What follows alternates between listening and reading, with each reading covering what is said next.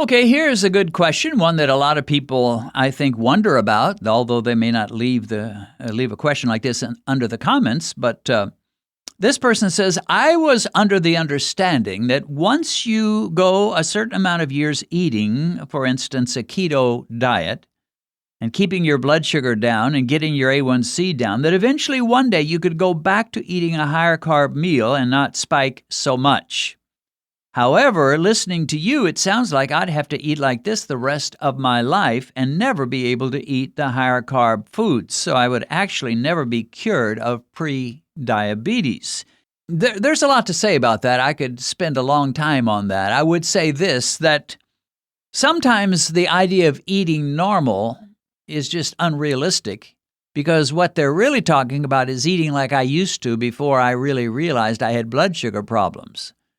And that means eating all the junk, all the chips, the super high-carb foods, and so forth. If that's your version of eating normal, the answer is no, you never can, and you never should have in the first place. When you were 18 years old and eating, quote, normal, you never should have been. And that's what brought you to where you are today. So the answer is no. Now, I admit, when I first realized I was headed for diabetes, I prayed and I said, Lord, help me to get back to normal. And what I meant was, help me to be able to eat ice cream again and eat snacks again and eat the way I always ate.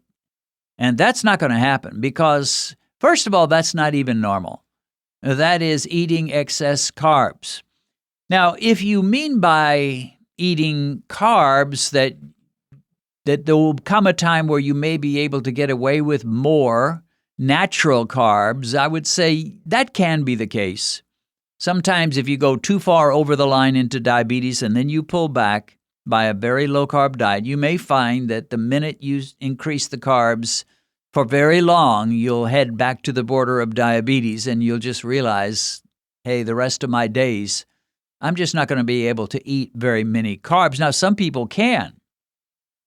One thing is for sure, and that is, if you just cut out the junk, let's forget about the natural carbs, things like sweet potatoes and brown rice and quinoa.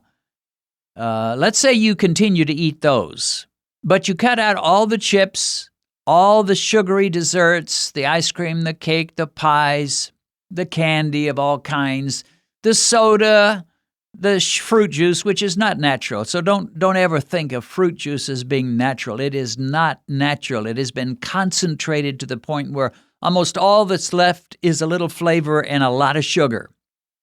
So that's not natural. You can't say, well, this is orange juice, baby. I can drink as much of this as I want because that's natural. No, it's not. If you want real orange juice, get an orange and kind of crush it and put a little bit of it in a bowl or in a cup and drink that. Or better yet, just eat the orange. So you can never go back to probably where you were, unless you were a healthy eater all along. But if you were a healthy eater all along, chances are you'll never get diabetes. That is, if you don't eat the chips and the bread. White bread is a terrible thing. White bread is a scourge on humanity. And brown bread isn't a whole lot better, the way we make it. Now, if you could go back to Bible days and eat the kind of bread they ate, that could probably work for a long time for a lot of people. So, if you say, I want to eat normal, chances are you mean eat the way I used to. You're missing the point. The goal would not be reasonable. And I like to call my diet that I encourage and proclaim and live by a norm, N-O-R-M, norm-carb diet. Not a low-carb diet, really. It's a norm-carb diet. That is, this is just how people are supposed to be eating. Not zero carbs, but what carbs you do eat are healthy and they're on the low side. And you're eating plenty of low-carb veggies and you're eating meat. Norm-carb diet. Most people could get by that way. So if you've crossed over to diabetes, you may not even be able to get by with that. So, and another factor is this: once you get the euphoria of crushing diabetes, let's say you had a 12 A1C, you've got neuropathy, you've got bad eyesight, failing kidneys, liver fat, you're just a mess, and you adopt a low-carb diet, and you get fixed, and the neuropathy recedes or goes away entirely, and the liver is now lean and mean, and you're just feeling better. Your eyesight's better. You don't get infections like you used to. You don't have to pee 3 or 4 times a night like you used to. I mean, just everything is better. Once you get there, you're not going to want to yield too much to going back to the way you were. I mean, if you really thoroughly beat it. Now, this person sounds like someone who's not even beat diabetes yet, and so they're thinking, all right, I'll have to live like this for 6 months, a year, maybe 2, but after a while, I should be able to get back. When you thoroughly beat it and whip that sucker, you're going to be so thrilled, and you're going to have such a sense of victory. The last thing in the world you're going to want to do is go back to eating the way you used to. And yeah, you know that theoretically, eating a sweet potato, eating some quinoa should not be a problem. And there are people that eat those kind of things all their life, and they live to be 85, 95, 102. It's not that you can't eat those things and live long. You can. But typically the ones that do that never cross the line into eating all the junk. And secondly, they stayed thin, or at least normal. They were never obese. So you have to set your own target. And my mentality is this: get your A1C at a reasonable level, get your glucose, fasting glucose at a reasonable level. And then if you want to experiment a little, go for it. You know, and I've done that a little bit myself. I've talked about that I eat bean soup sometimes, although it's not just pure beans. It's got other things as well.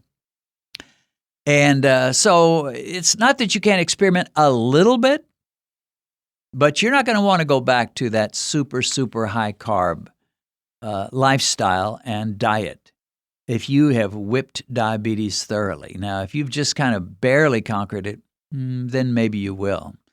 So set your targets and live with the consequences. But I will say this, and it's a well-known saying that I think applies here. If you're going to err on the side of caution.